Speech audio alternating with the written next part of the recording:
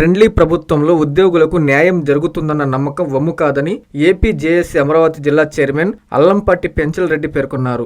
AP JAC రాష్ట్ర కార్యవర్గం పిలుపు మేరకు Andhra Pradesh revenue services association Nellore జిల్లా కార్యాలయంలో ఆయన ఏపీ జేఏసీ నాయకులతో సమావేశం నిర్వహించారు. ఈ సందర్భంగా పెంచల్ రెడ్డి యంత్రి న్యూస్ తో మాట్లాడుతూ ఉద్యోగ సంఘాల నేతలతో ప్రభుత్వం ఈ నెల 21వ తేదీన జరపబోయే సమావేశంలో అన్ని సమస్యలపై ప్రభుత్వం సానుకూలంగా స్పందిస్తుందని ఆశిస్తున్నామన్నారు.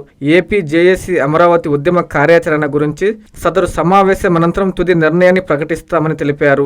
ఏపీ జేఏసీ అమరావతి ఇచ్చిన డిమాండ్లపై 2 రోజులు ప్రభుత్వం చర్చలు జరపడంతో ఉద్యోగులకు ప్రభుత్వంపై నమ్మకం కలిగిందని చెప్పారు. ఈ సమావేశంలో జిల్లా జనరల్ సెక్రటరీ ఓవి ప్రసాద్ తో పాటు ఏపీ జేఏసీ అమరావతి రాష్ట్ర కార్యవర్గ సభ్యులు, పలు అనుబంధ సంఘాల సభ్యులు పాల్గొన్నారు.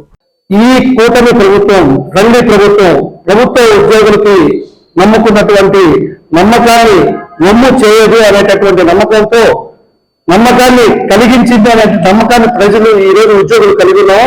ఎందుకంటే మేనిఫెస్టోలో ఇచ్చినటువంటి ఏవైతే ప్రభుత్వ ఉద్యోగులకు పెన్షనర్లకు ఇచ్చిన హామీలను ఈ ప్రభుత్వం విస్మరించింది అనేటటువంటి ఉద్యోగులు సహనాన్ని ఓర్పుని కోల్పోయిన స్థితిలో మొట్టమొదటిగా ఈ రాష్ట్రంలో ఒక ఉద్యోగులు కోరుకున్నటువంటి న్యాయపరమైన డిమాండ్లతో ఉద్యమానికి సన్నిద్ధమైనటువంటి ఏకైక సంఘం ఏపీ జేఏసీ అమరావతి.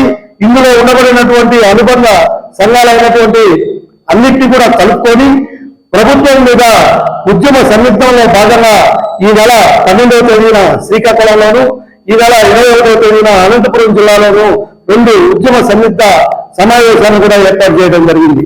ఎప్పుడైతే ఏపీ జేఏసీ అమరావతి రాష్ట్ర అధ్యక్షులు శ్రీ బొప్పరాజు గారి నాయకత్వంలో అన్ని జిల్లాల్లో కూడా ఉద్యోగులంతా కూడా చైతన్యవంతులై ఈ ఉద్యమ సన్నిద్ధ సభకు సన్నిద్ధమయ్యారో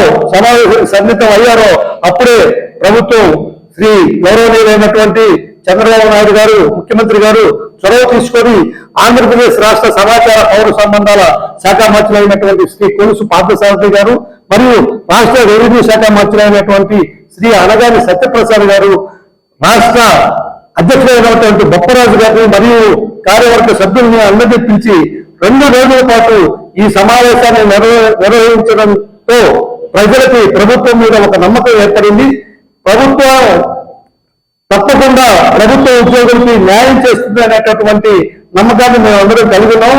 ఈ సందర్భంగా ముఖ్యమంత్రి గారికి, నారా చంద్రబాబు నాయుడు గారికి నెల్లూరు జిల్లా ఉద్యోగ ఉపాధ్యాయ కార్మిక పెన్షన్ అవుట్సోర్సింగ్ ఉద్యోగుల తరఫున, కాంట్రాక్ట్ ఉద్యోగుల తరఫున ప్రత్యేక ధన్యవాదాలు తెలియపరుచుకుంటూ, వారు 2 మంత్రులు కూడా ఇచ్చినటువంటి హామీల ప్రకారం 21వ తేదీన రాష్ట్ర సచివాలయంలో రాష్ట్రంలో ఉన్నటువంటి ప్రభుత్వ ఉద్యోగ సంఘ రాష్ట్ర నాయకులు అందరితో కూడా ఒక సమావేశాన్ని ఏర్పాటు చేసి ఉద్యోగులు ఏవైతే కోరుకుంటున్నారో, న్యాయబద్ధంగా కోరుకుంటున్నటువంటి డిమాండ్లన్నింటినీ కూడా సీఎం గారి దృష్టికి తీసుకెళ్లి ఉద్యోగుల పక్షాల నిలబడతామని చెప్పి హామీ ఇచ్చారు.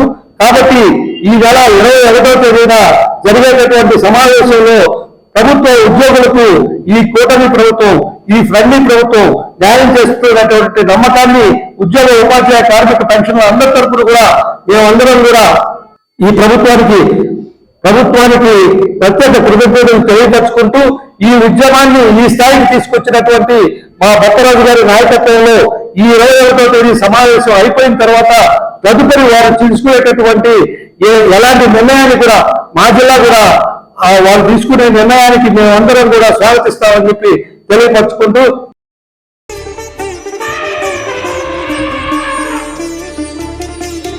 బంగారు ఆభరణాలలో సరికొత్త అధ్యాయం. సిఎంఆర్ జ్యువెలర్స్ వారి బంగారు ఆభరణాలు మీ ఇంట జరుగు వివాహ వేడుకలకు సరికొత్త స్వర్ణ వైభవంతో స్వాగతం పలుకుతోంది.